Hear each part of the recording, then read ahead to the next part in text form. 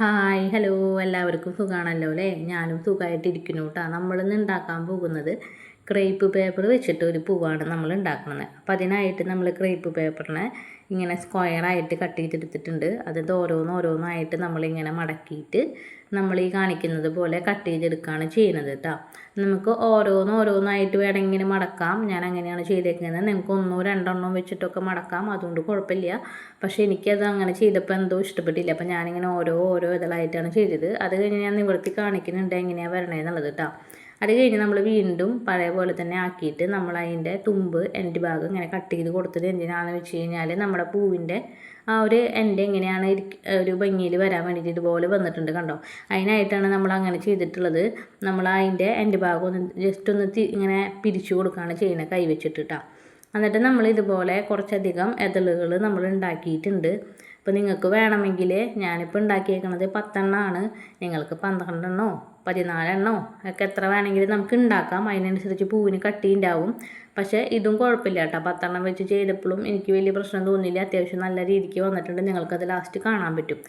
പിന്നെ നമ്മൾ ഈ ഒരു ഞാനിത് ഈർക്കിളീമയാണ് ചെയ്തേക്കണത്. ഈ ഈർക്കിളീമ നമ്മൾ പൂവുണ്ടാക്കുന്ന ആ ഒരു പച്ച കളറിലുള്ള റിബൺ ഉണ്ടല്ലോ, അതിൻ്റെ പേര് എനിക്ക് അറിഞ്ഞുകൂടാ. അതാണ് ഞാൻ ചുറ്റി കൊടുത്തേക്കണത്.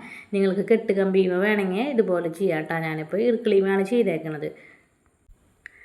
പിന്നെ നമ്മളിങ്ങനെ ഇതിൽ കാണിക്കുന്ന പോലെ ഓരോ ഇതളായിട്ട് നമ്മൾ പശ വെച്ചിട്ട് ഇങ്ങനെ ഒട്ടിച്ചു കൊടുക്കുക. ബാക്കിക്ക് ഇങ്ങനെ ഒട്ടിച്ച് വന്നു കഴിഞ്ഞാൽ നല്ല സൂപ്പറായിട്ടുള്ളൊരു പൂവ് കിട്ടും കേട്ടോ. ക്രേപ്പ് പേപ്പർ ആയതുകൊണ്ട് തന്നെ നല്ല ഭംഗിയിൽ നല്ല തിക്കായിട്ട് നമുക്ക് തോന്നും കേട്ടോ. നന്നായി വിടർന്ന് നിൽക്കണ പോലെ തോന്നും.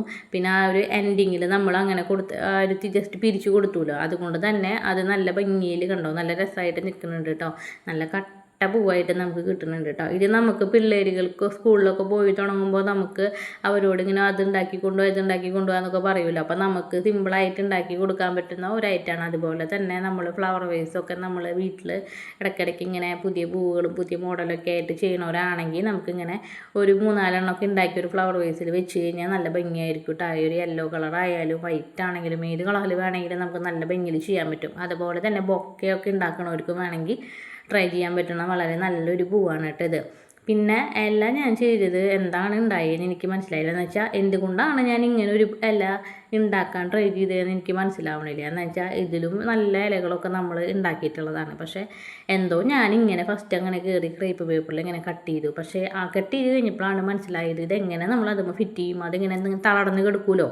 അപ്പം ഞാനിത് എന്താ ചെയ്യാന്ന് വെച്ചിങ്ങനെ ആലോചിച്ചപ്പോൾ എന്തായാലും ഒരു പ്രോബ്ലം ഉണ്ടാകുമ്പോൾ അതിനൊരു സൊല്യൂഷൻ ഉണ്ടാവുമല്ലോ എന്ന് വെച്ചിങ്ങനെ ആലോചിച്ചപ്പോൾ കിട്ടിയൊരു ഐഡിയ ആണ് കേട്ടോ. നമ്മുടെ കെട്ടുകമ്പി ഉണ്ടല്ലോ, അത് അതിൻ്റെ ഒരു സൈഡിൽ ഇങ്ങനെ ജസ്റ്റ് ഒട്ടിച്ച് കൊടുത്തിട്ട് അതിൻ്റെ ബാക്കിൽ അത് കാണാത്ത പോലെ ഈ ക്രേപ്പ് പേപ്പർ തന്നെ ജസ്റ്റ് ഇങ്ങനെ ഒരു കുഞ്ഞൊരു പീസാക്കി എടുത്ത് ഒട്ടിച്ച് കൊടുത്തിട്ടുണ്ട്. അപ്പോൾ പിന്നെ നമുക്കിങ്ങനെ ജസ്റ്റ് കൈ കൊണ്ട് ഇങ്ങനെ വളച്ചെടുത്ത ഒരു ബലം കിട്ടുമല്ലോ. നമുക്ക് ആ ഒരു കെട്ടുകമ്പി വെച്ചിട്ട് നമുക്ക് ആ പൂവിൻ്റെ തണ്ടുമ്മ ഫിക്സ് ചെയ്ത് കൊടുക്കുകയും ചെയ്യാനും പറ്റും.